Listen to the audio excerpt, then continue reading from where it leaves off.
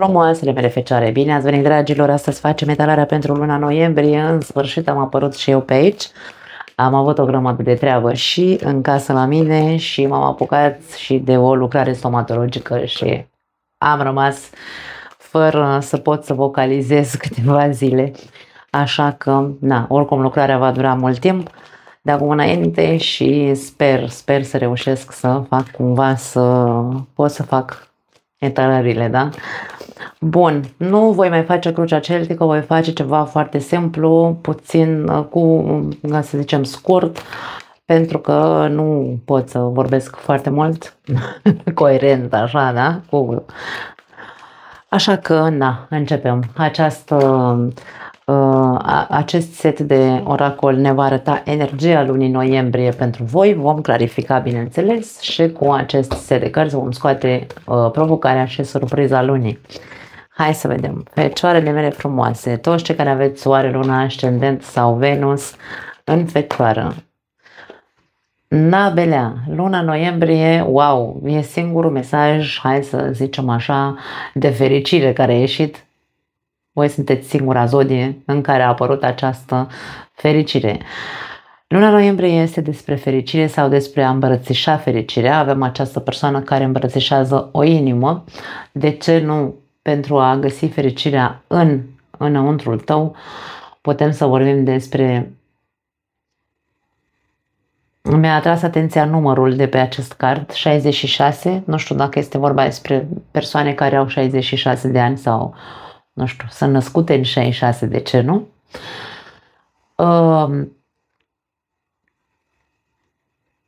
Îmbrățișează acest sentiment sau cel puțin fericirea poate fi asociată și cu împlinirea sufletească. Într-un fel sau altul trebuie să găsiți în luna noiembrie motive să fiți fericiți, indiferent dacă aveți o vârstă mai înaintată sau dacă sunteți singuri și poate fericirea credeți că depinde de altcineva. Da. Avem pace, liniște, fericire. Aruncă-ți acest costum de Superman la gunoi, dragă fecioară, nu mai face pe eroul pentru nimeni, ocupă-te doar de tine și de fericirea ta sau de bunăstarea ta, da. Foarte tare, na, aici vine în forță, mesajele vin ca să vă spună să vă ocupați de propria voastră persoană, 9 de cupe, da. Foarte frumos. Eu nu aș merge cu mesajul într-atât încât să zic că, dragă fecioară, luna noiembrie pentru tine este despre fericire, pace, liniște. Dacă vreți, vă fac și de-astea, dar nu îmi stă în caracter. Nu pot să fac etalările de genul ăsta. Dacă voi vreți, puteți să le interpretați așa. Este despre fericire, însă fericirea asta, dragii mei, în noi înșine. Dacă noi nu ne ocupăm să ne împlinim din punct de vedere sufletesc, noi nu ne ocupăm de noi să fim mândri de ceea ce suntem, de ceea ce am ajuns sau de cine suntem și nu din punct de vedere al imaginii exterioare, ci eu cu mine să mă simt bine. Cum să pretind eu să fac o etalare în care să-ți spun vine fericirea peste tine, dragul meu, chiar dacă tu nu faci niciun fel de efort, va veni fericirea. Nu! Totul e despre noi, totul ține de noi și de eforturile noastre.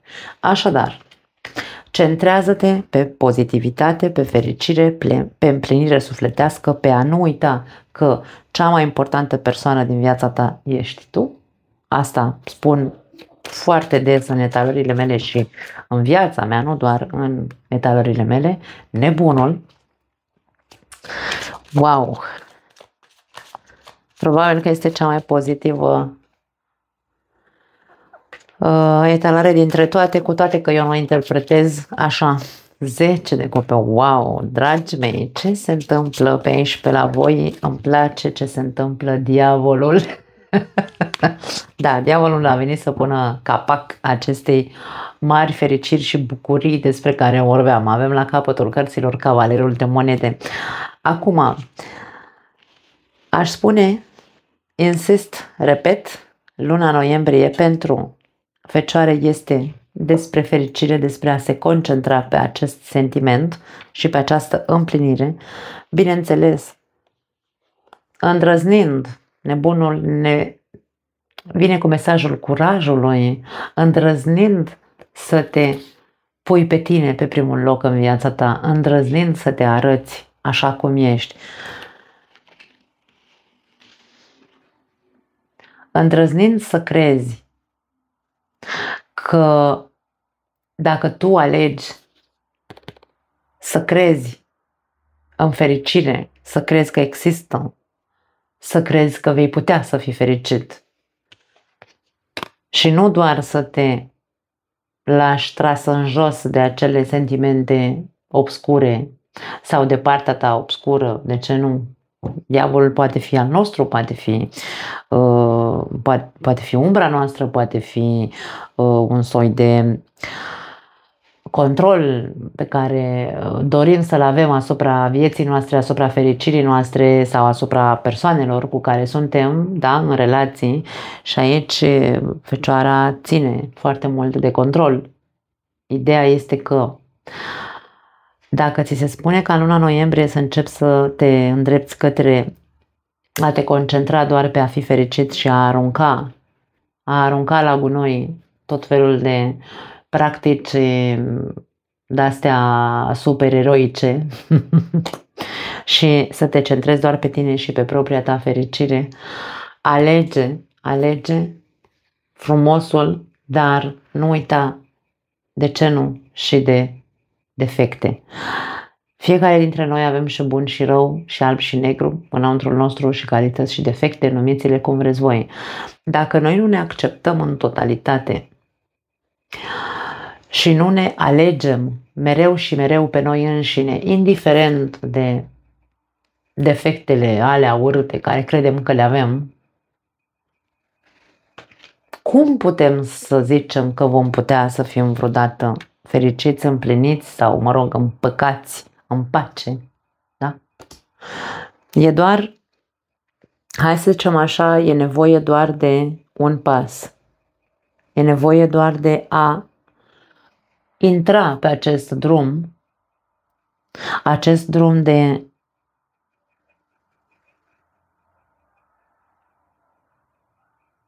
focusare pe mine însămi, pe fericirea mea și pe dorințele mele.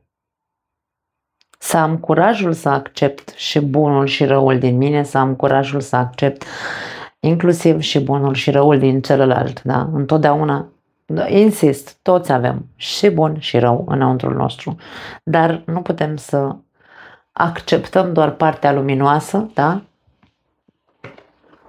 Și partea urâtă să ne facem că nu o vedem. Ea e parte din noi, este umbra noastră care, așa cum umbra se așează pe perete și mă acompaniază toată viața mea la fel, și umbra asta a defectelor noastre este prezentă tot timpul în viața noastră. Așadar, dragii mei, îmbrățișați sentimentul de iubire și fericire față de voi înșivă, indiferent de umbrele pe care le aveți. Încercați să, de ce nu, încercați să le îmbunătățiți, nu e vorba despre a le rezolva, pentru că defectele se pot transforma de foarte multe ori în calități. Dacă eu nu mă controlez pe mine, da? Pentru că diavolul înseamnă control, dominare, gelozie, posesivitate. Dacă eu nu mă autocontrolez când îmi ies aceste sentimente de nevoie de a-l domina pe celălalt și a-l controla, dacă nu învăț să mă țin în frâu, tot timpul voi fi către exterior, eu voi fi cel care voi aduce toxicitate în viața mea, eu voi fi cel care va rupe pacea, liniștea și pacea în jurul meu. Da? Deci, cam asta este ideea. Îmbrățișează-te așa cum ești, însă încearcă să faci, alege să faci, să pui mai multă lumină pe această umbră pe care o ai. Dacă vreți să vorbim despre relații, să zicem așa, Unii dintre voi aveți o relație, pentru că aici avem conotație de relație, avem mesaje cu fericire. Unii dintre voi vorbim aici despre alegerea aceluiași partener. Nu știu dacă e vorba neapărat de iertare, ci e vorba pur și simplu de aleg să rămân în această relație, lângă această persoană, aleg să o luăm de la zero, însă aș spune, concentrați-vă pe fericire și nu pe ceea ce a fost toxic sau pe ceea ce este toxic în viața voastră. Tot ceea ce este toxic sau vă intoxică relația, trebuie cumva să are nevoie de participarea ambilor parteneri pentru a putea hai să zicem a se putea instala cu adevărat liniștea și pacea în relație. Este despre fericire? Da, probabil că veți fi în continuare fericiți. Avem și conotație de ego. Aceste 3 cărți împreună pot vorbi despre ego inflamat a unuia dintre voi doi. Eu nu am de unde să știu a cui este, însă dacă sunteți singuri, este ego-ul vostru, dragii mei, în care probabil sunteți, cum să spun, vreți o persoană, însă mândria voastră sau standardul vostru poate, de ce nu este foarte înalt și nu ajunge nimeni să împlinească acel standard. Și stați în continuare și rumegați cumva ca și cum eu vreau, Domne, o relație, da? Vreau, însă nici pe dracu n-ai persoane în viața asta ca să găsesc eu să fiu fericit. Poate din cauza ego-ului, pentru că este prea mare, hai să zicem așa, lista cu dorințe pe care le ai în legătură cu un posibil partener de viață. Standardele pot fi prea înalte. Eu nu zic că nu meriți, însă, dacă într-adevăr vrei să fii fericit, încearcă să rezolvi cu bună știință această latură, hai să o numim complicată, da? În ceea ce privește alegerea unui partener.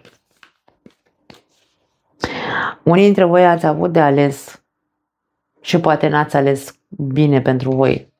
Ați ales greșit doar din cauza atracției sau a magnetismului care a existat între voi sau alegeți parteneri doar pe standardul ăsta de dacă nu mă atrage, nu că, atenție, eu nu vorbesc că nu trebuie să existe atracție.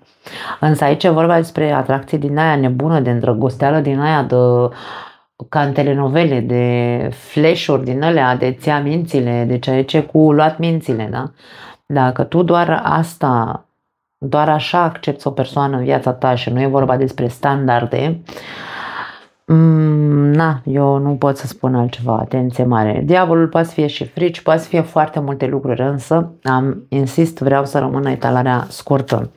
Dacă ți-e frică să fii fericit, întreabă-te de ce. Dacă ți-e frică să nu mai treceți printr-un calvar din punct de vedere emoțional, întrebați-vă de ce. Întrebați-vă de ce încercați să faceți mereu poate excese de a sări în ajutor.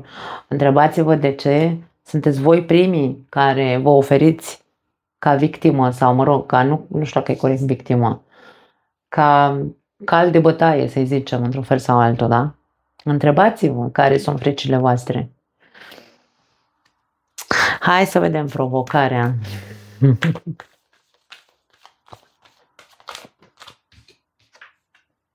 Protestează. Poftim. În luna noiembrie ești provocat să protestezi. Acum, dacă luna noiembrie este despre a fi fericit sau despre a îmbrățișa fericirea și despre a te centra pe tine, să te accepti, cum am zis, așa cum ești, oricine vine către tine și te provoacă într-un fel sau altul, îți răscolește ceva în tine, da?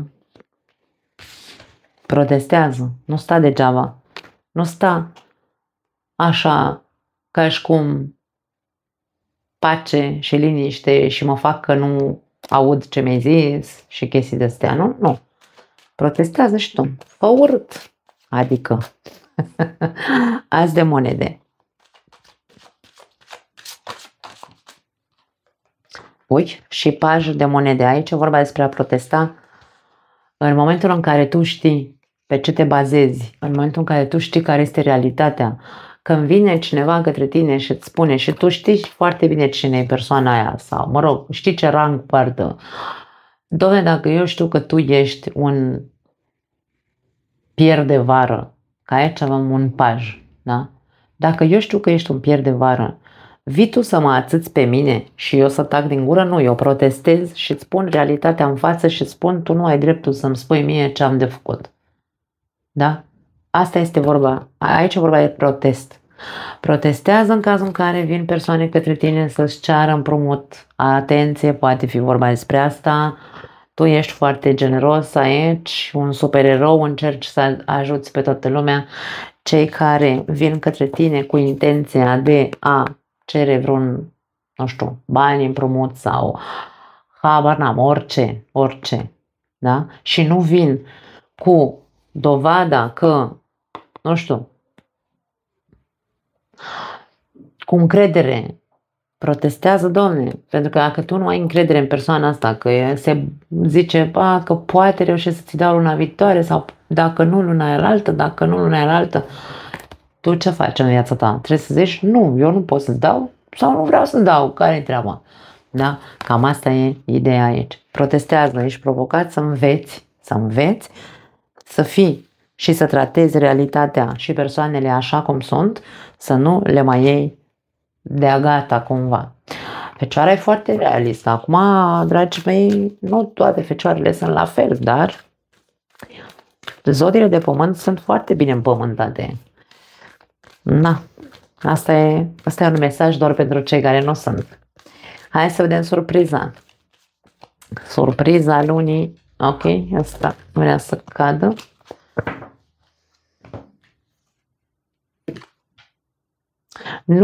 Să nu ai niciodată dubii în ceea ce te privește, adică nu te subestima niciodată. Surpriza este, hai să spunem așa, poate că vor veni către tine anumite, nu știu, situații, să le numim, nu persoane, situații care să te facă să te îndoiești de tine. Poate că vor veni situații care să te facă să ai dubii în privința a ceea ce în privința valorii tale ca persoană. Aici am spus la început să înveți să te prețuiești cu adevărat. Da? Și cu bune și cu rele. Așadar, atenție la aceste surprize, că pot veni persoane către tine care să încerce să te, nu știu, să te facă să te simți mai mic decât ești. Ia uite, ego aici, scoateți ego-ul la suprafață. Pentru cei care aveți aici un exces de ego, nu este necesar. Da? Unii dintre voi sunteți foarte, foarte plini. Sunteți extrem de... Aici combinația asta poate fi narcisism, nu vreau să merg până acolo pentru că nu vreau să fac etalare critică, ci vreau doar să rămână clar că există și varianta asta. Eu aș spune că surpriza, dacă vine pe partea asta către anumite situații care să te facă să-ți, nu știu, să nu ai încredere în tine sau să te subestimezi, că nu poți să faci ceva, aici nu, aici e despre putere personală, aici ți se spune nu, indiferent ce vine către tine în această lună sau perioadă, tu rămâi optimist, tu rămâi încrezător în forțele tale. Doar noi putem să rezolvăm, doar noi ne putem ridica în viața noastră, doar pe noi ne putem baza. Poate să vină cine o fi la mine și să-mi zică ești cea mai proastă, urâtă, handicapată, habar n-am, toate adjectivele astea urâte. Nu știu cum să spun, mi se rupe, mi se îndoaie, dacă mă înțelegi ce spun, da? Cam asta este și în ceea ce vă privește. Să nu lași pe nimeni să te facă să te simți mai puțin decât ești. Forța o scoți din tine. Esența ta doar tu o cunoști. Nu mai am altceva pentru voi. Vă pupăcesc, dragii mei, ne vedem data viitoare. Ciao!